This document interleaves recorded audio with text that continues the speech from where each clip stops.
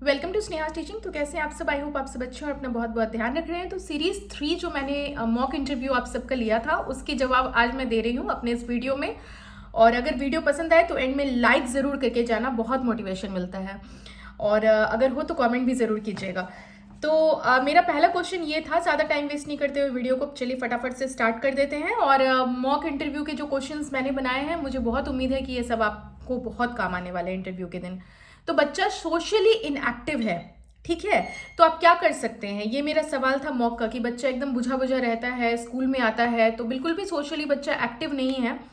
तो क्या कर सकते हैं? टीचर क्या कर सकते हैं? आप क्या करेंगी मैडम, बताइए। अब बच्चा बहुत ज़्यादा किसी से बात ही नहीं करता है, कहीं कहीं नहीं जाता।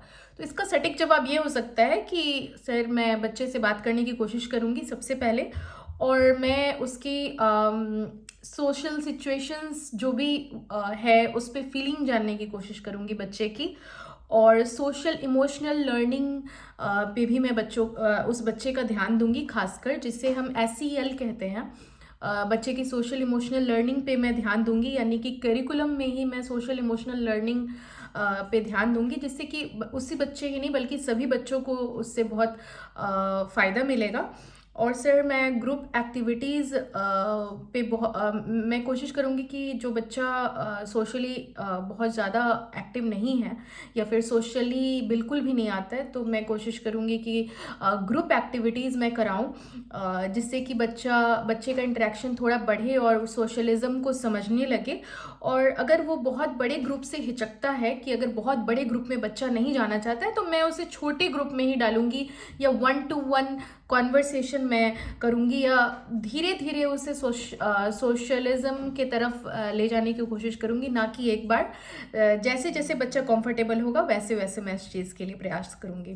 तो ये एक इसका सटीक आंसर हो सकता है। अगला क्वेश्चन मेरा ये था कि अगर आपको ऐसा लगता है कि बच्चे के घर का वातावरण कहीं ना कहीं, मतलब अनुमान लगाया जा रहा है, कुछ ऐसा फाइनलाइज ऐसे थोड़ी कह सकते हैं कि घर पे ही ऐसा है तो ही ऐसा है, मतलब आपको थोड़ा शक हो रहा है, शंका हो रहा है कि शायद ये कारण हो सकता है क्योंकि बच्चा जो बिहेव कर रहा है।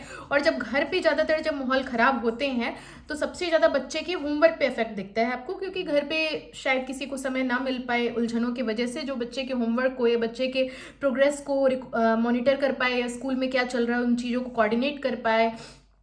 तो ऐसे सिचुएशन में आप क्या करेंगे? तो इसका सबसे सटीक जवाब ये होगा कि सर या मैडम, मैं पहले, जिसने भी आपसे पैनल में क्वेश्चन किया है, मैं पहले बच्चे को ऑब्जर्व करूंगी, मैं बच्चे को देखूंगी, और कॉन्स्टेंटली अगर बच्चा मतलब होमवर्क्स अगर मिस कर रहा है तो उस चीज़ को मैं देखूंगी। इससे कुछ समझ में आएगा कि कुछ तो मतलब सही नहीं चल रहा होगा। और सबसे बड़ा इसमें एक सटीक आंसर जो बन के आता है आप सबके लिए, वो यही है कि मैं बच्चे से ओपनली कम्युनिकेट करने की कोशिश करूंगी, बात करने की कोशिश करूंगी, जिसमें कि मैं प्राइवेट कम्युनिकेशन करने की कोशिश करूंगी ऐसे केसेस में, ना कि पब्लिकली, क्योंकि बच्चे की प्राइवेसी इसमें बहुत ज़्यादा इंपॉर्टेंट हो जाती है टीचर्स। तो आप प्राइवेसी की ज़रूर कंसर्न लाइए कि मैं स्कूल के जो स्कूल अथॉरिटीज़ हैं, स्कूल काउंसलर्स हैं, साइकोलॉजिस्ट्स हैं स्कूल में, या बच्चे की जो काउंसलर्स होते हैं हर क्लास के, मैं उनका मदद लेके सर मैं बच्चे से प्राइवेटली बात करने की कोशिश करूँगी कि आखिर ऐसा क्या दिक्कत है बेटा, आप होमवर्क नहीं कर पा रहे हो, या क्या बात है, कोई दिक्कत तो नहीं है। और अगर ज़रूरत पड़े तो मैं पेरेंट्स को भी इन्वॉल्व करूँगी, ठीक है? ये एक इसका बहुत सही और सटीक आंसर हो सकता है। बच्चे के सामने बच्चे को जजमेंटल फीलिंग नहीं रखनी है अपने अंदर। ऐसे केसेस में आप ये भी जवाब दे सकते हैं साथ साथ। और सर मैं ये भी कोशिश करूँगी कि मैं मतलब मेरे अंदर बिल्कुल भी कोई जजमेंटल वाली बात ना हो, यानी कि चाइल्ड जो है वो बोल सके, इस माहौल में बोल सके जहाँ उसे कोई जज ना कर रहा हो, क्योंकि आखिरकार ये बच्चे के प्राइवेसी कंसर्न्स हैं।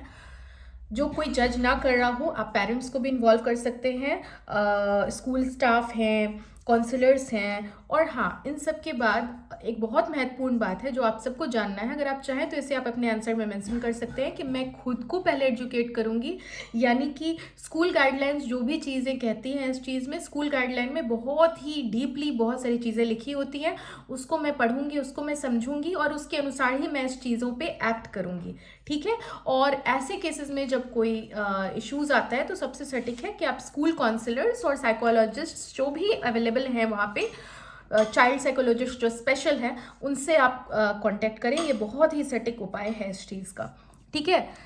और प्रिवेसी जो है बच्चे की वो बहुत ज़्यादा मेंटेन रखना इंपॉर्टेंट है। नेक्स्ट आता है कि अगर बच्चे को इमोशनल और मेंटल हेल्थ इश्यूज फील हो रही है, कि अगर बच्चा इमोशनली या मेंटली आपको है या फिर चाइल्ड एंजाइटी या डिप्रेशन अगर आपको महसूस हो रहा है कि बच्चा एंजाइटी है या डिप्रेशन है या परेशान है, तो आप क्या करेंगे मैडम या सर, क्या करेंगे आप?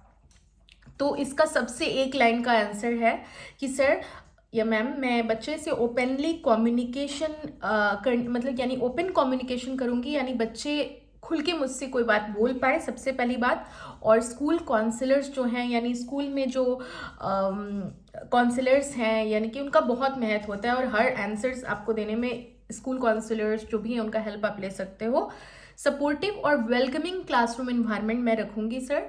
अगर बच्चे इस चीज़ से पीड़ित है, अगर बच्चे कुछ प्रॉब्लम में फेस कर रहे हैं, तो मेरा क्लासरूम इन्वायरमेंट मैं supportive as a class teacher और वेलकमिंग रखूँगी, ठीक है।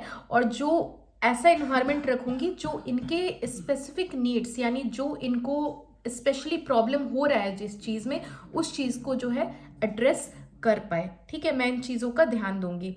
नेक्स्ट क्वेश्चन मैंने आपसे पूछा था कि अगर बच्चा जो है वो सोशल मीडिया से कुछ पीयर प्रेशर में आ रहा है और कोई गलत कदम उठा रहा है या कुछ गलत कर रहा है, जैसे सोशल मीडिया पे जैसे पबजी का आ गया है, या कोई ऐसा एडिक्टिव गेम है, या कुछ ऐसा सट्टे लगाने वाला, लॉटरी वाला, या कुछ ऐसा है जो बच्चे के उम्र के हिसाब का नहीं है, और बच्चे को बहुत कम उम्र में पीआरटी एज में उसकी, मान लीजिए भगवान न करे ऐसा कभी हो, या उसकी लत लग गई है और वो बच्चे के मेंटल हेल्थ के लिए कहीं ना कहीं वो गेम सही नहीं है। गेम तो हर एक बच्चे खेलते हैं, पर कुछ गेम अंडर 18 होते हैं, नहीं होते हैं, उनके रिस्ट्रिक्शंस होते हैं, और बच्चे को कहीं ना कहीं से उसकी आदत लग गई है या फिर वो सही नहीं है, तो आप क्या करेंगे? और बच्चा वो जो गेम है वो स्कूल में भी जो है आके कभी आपको फील होता है कि बच्चा स्कूल में भी वो मोबाइल फ़ोन्स या गेम का यूज़ कर रहा है, या बच्चा जो है गेम्स जो है घर पे भी जो है आपको ऐसा फील हो रहा है, पेरेंट्स ने आपसे शेयर किया ये बात, तो आप क्या कर सकते हैं? तो ऐसे केसेस में सबसे जो इम्पोर्टेंट है वो ये है कि टीचर को एजुकेट करना है स्टूडेंट को अबाउट रिस्पॉन्सिबल ऑनलाइन बिहेवियर। यानी कि सबसे पहले शिक्षक क्या करेंगे कि बच्चे को ही पहले ज्ञान देंगे, उनको सिखाएंगे। हर बच्चों को हमारी ड्यूटी है सिखाना, क्योंकि ऑनलाइन और इंटरनेट का ज़माना चल रहा है, तो बच्चों को थोड़ा सिखाएं, उनको एजुकेट करें रिस्पॉन्सिबल ऑनलाइन बिहेवियर, यानी ऑनलाइन बिहेवियर कैसा होना चाहिए, क्या होना चाहिए, इंटरनेट पे बच्चा क्या यूज़ कर रहा है, नहीं यूज़ कर रहा है। पहले तो बच्चों को एजुकेशन देना इस चीज़ के लिए ज़रूरी है, काउंसलिंग करना ज़रूरी है, और इनकरेज करें ओपन डायलॉग के लिए। सर, मैं बच्चों को वो क्या महसूस कर रहा है, अगर वो किसी गलत चीज़ से इन्फ्लुएंस हो गया है तो वो क्या महसूस कर रहा है, उसके लिए मैं बच्चे को आज़ादी दूंगी, ठीक है, कि बच्चा बोल सके, बच्चा अपने पेरेंट्स को इन्वॉल्व कर अब मैं बच्चे के पेरेंट्स को इन्वॉल्व करूंगी और गार्जियंस को इन्वॉल्व करूंगी अगर ज़रूरत है तो, और बच्चे को कोशिश करूंगी कि वो ओपन डिस्कशन रख सके, ठीक है, अपने एक्सपीरियंसेस का, यानी कि वो क्या महसूस कर रहा है अगर वो किसी भी गलत चीज़ों से इन्फ्लुएंस हो गया है तो। नेक्स्ट है कि अगर बच्चा कल्चरल सेंसिटिविटी है बच्चे के अंदर, अगर बच्चा कल्चरल सेंसिटिविटी बहुत ज़्यादा आ रही है, बच्चा अपने कल्चर को लेके बहुत ज़्यादा सेंसिटिव है, तो शिक्षक क्या कर सकते हैं? नेक्स्ट क्वेश्चन ये था। तो कल्चरल सेंसिटिविटी है तो culturally inclusive and respectful classroom रखने की ज़रूरत है, यानी कि क्लासरूम में सभी कल्चर्स को महत्व दिया जाएगा, सभी कल्चरल बैकग्राउंड को महत्व दिया जाएगा, सभी इंक्लूसिव क्लासरूम होगा, यानी हर एक कल्चर बैकग्राउंड के बच्चे के लिए जो मेरा क्लासरूम होगा वो वेलकमिंग होगा, किसी एक कल्चर के लिए नहीं होगा बल्कि सभी कल्चर के लिए होगा। खुद को उस कल्चरल, क्योंकि बहुत ही सेंसिटिव टॉपिक है, तो मैं हमेशा कहती हूँ कि अगर बच्चा आपके क्लास में है जो किसी एक पर्टिकुलर कल्चर से बिलोंग करता है और वो अपने कल्चर को लेकर सेंसिटिव है बहुत ज़्यादा, तो उस कल्चरल बैकग्राउंड के बारे में पढ़ाई कीजिए, सेल्फ एजुकेट कीजिए, यानी खुद को उस चीज़ के बारे में पढ़िए और बच्चे के कल्चरल बैकग्राउंड के बारे में जानने की कोशिश कीजिए। क्योंकि अगर आप गलती से भी कुछ ऐसी बात बोल दो जो उनके लिए सेंसिटिव है या वो इस चीज़ को टॉलरेट नहीं कर सकते, चाहे वो बच्चा ही क्यों ना हो, तो ये कहीं से भी सही नहीं है। तो कोशिश यही करना है कि सेल्फ एजुकेट करें, यानी खुद को उस चीज़ के बारे में अच्छे से पढ़ें, ठीक है।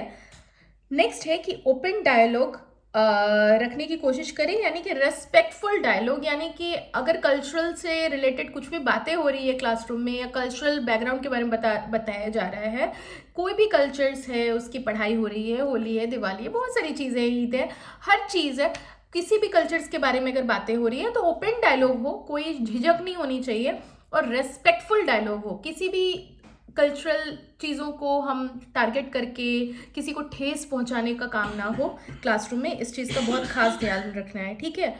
अगर किसी भी तरह का डिस्क्रिमिनेशन हो रहा है क्लासरूम में, किसी भी कल्चरल चीज़ों को लेके अगर कोई भेदभाव हो रहा है, किसी भी तरह की भेदभाव हो रही है, तो उसको बहुत ज़्यादा ध्यान देने की ज़रूरत है, ठीक है। इस चीज़ का आप एज अ टीचर ध्यान रखेंगे। डाइवर्सिटी को बहुत ज़्यादा सेलिब्रेट करने की ज़रूरत है। ये एक गर्व की बात है कि हम एक ऐसे कंट्री से बिलोंग करते हैं जो बहुत ज़्यादा डाइवर्स है, बहुत सारी चीज़ें सीखने को मिलती है, हर तरह के कल्चरली डाइवर्स है, तो ये खुशी की बात है, ये बहुत अच्छी बात है, ना तो ये शर्म की बात है, ये बहुत खुशी की बात है। और ये चीज़ें बच्चों के अंदर होनी चाहिए कि वो सेलिब्रेशन की चीज़ है और ना कि वो एक मतलब झिझक की चीज़ है। ये तो खुशी की बात है, ठीक है, सेलिब्रेट करनी चाहिए।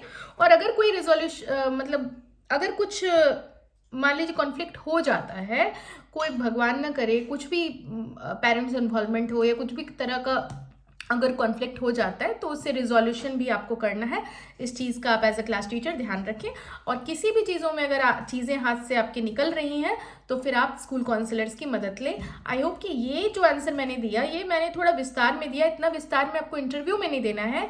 इसका एक आप नोट्स बना लीजिए। मैंने जितने भी बातें बोली हैं, अगर नहीं बनाई हो तो रिवाइंड करके मेरी बातों को सुन के आप नोट्स बना के आप अपने जो भी आपको समझ में आ रहा है, आपके हिसाब से आप उस चीज़ को उस तरीके से फ्रेम करके आंसर्स दे सकते हैं। तो ये था सीरीज 3 के जितने भी आंसर्स हैं मॉक के, वो मैंने दिए हैं जिस वीडियो में। और नेक्स्ट वीडियो आपको डेमो चाहिए या फिर मॉक चाहिए, ये ज़रूर बताइएगा, ठीक है। और किस एग्ज़ाम की आप तैयारी कर रहे हो वो भी ज़रूर कमेंट में लिखिएगा, ताकि मैं समझ पाऊँ और उससे रिलेटेड वीडियो बना पाऊँ। आज की वीडियो में सिर्फ इतना ही, मिलती हूँ नेक्स्ट वीडियो में। तब तक के लिए आप सबको गुड बाय। आप लोग सब अपना ध्यान रखिएगा, स्वस्थ रहिए, मस्त रहिए और व्यस्त रहिए। Good bye.